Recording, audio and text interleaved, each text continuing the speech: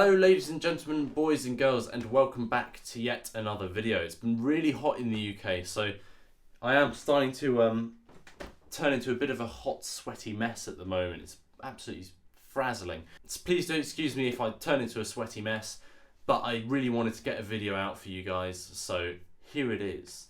In today's video, I'm going to be talking about the difference from the player's perspective between playing soprano saxophone and alto saxophone. So to give you some context, I've been playing alto for about 5 years now, and I've been playing soprano for only 1. But I am starting to get much more proficient at soprano, so I thought it might be a good opportunity to give you a sort of a comparison of my experience between the two instruments. So in my left hand here is an alto saxophone, in my right hand here is my soprano saxophone. If you want the model numbers, this is a Buffet S1, this is a Yanagisawa SW01 soprano.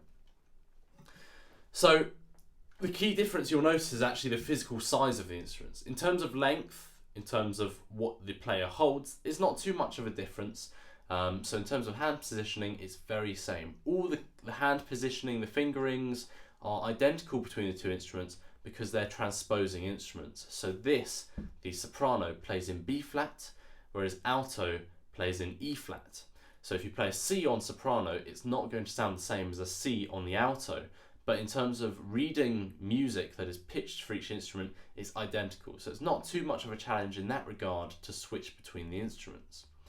What is a much bigger challenge though, due to the smaller size of the soprano, is things like intonation and stuff like that. So intonation and tone, it's much less forgiving on soprano saxophone than it is for alto saxophone.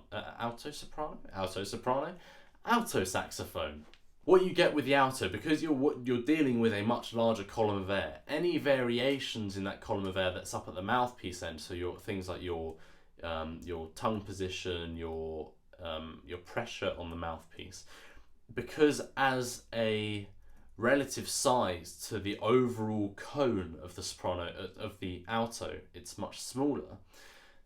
Any variations in pitch are much smaller as well. Whereas on soprano, because you're dealing with, relative to the size of the cone, much bigger variations at the top here near the mouthpiece, tuning and intonation does become more of a challenge. So the first thing you need to be sure of when you're playing soprano is to be more consistent. So any inconsistencies on alto can sort of be ignored, but on soprano, small inconsistencies become glaring issues with your playing. So what does that mean in terms of the player?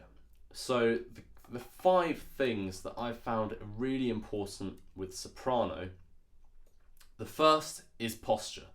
I've found as soon as I lose my posture, my tone goes out of the window. Alto, if I start to slouch a little bit, I can still maintain quite a good tone, but I found soprano is much more picky on this front, and that I believe is due to the tighter tolerances required for playing the soprano. The next thing that's really important is your embouchure. Your embouchure needs to be really stable on soprano because any small variation will completely affect your tuning. So you need to make sure your embouchure is consistent. The other thing that's important is that your embouchure is tight. Because the soprano saxophone requires less air, as in physical air to go through the instrument to resonate, but it also requires more pressure. It means that the lip pressure needs to be higher, as well as the next thing, which is the internal air pressure. So air pressure that you generate in your mouth and the air stream that you direct towards the reed on the soprano, it needs to be really focused and really high pressure. Is that it? Have I said 5 things?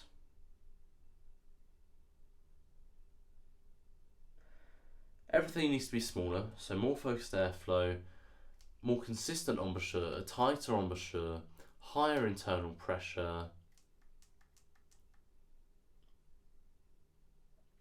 The heat's really getting to me here. I'm sure I've said 5 things, but I can't remember. If I haven't, smaller. So your embouchure needs to be smaller. I don't know if I've mentioned that. Your embouchure needs to be smaller. The air needs to be more focused when it reaches the reed. It needs to be at higher pressure, or a higher perceived pressure from the player. your lips need to be, your embouchure needs to be more consistent, and your embouchure needs to be tighter. I'm sure I've covered everything there. But yeah, so they're the main 5 differences that I've found. With alto, you can very much get away with these things. With soprano, it's a whole other ball game.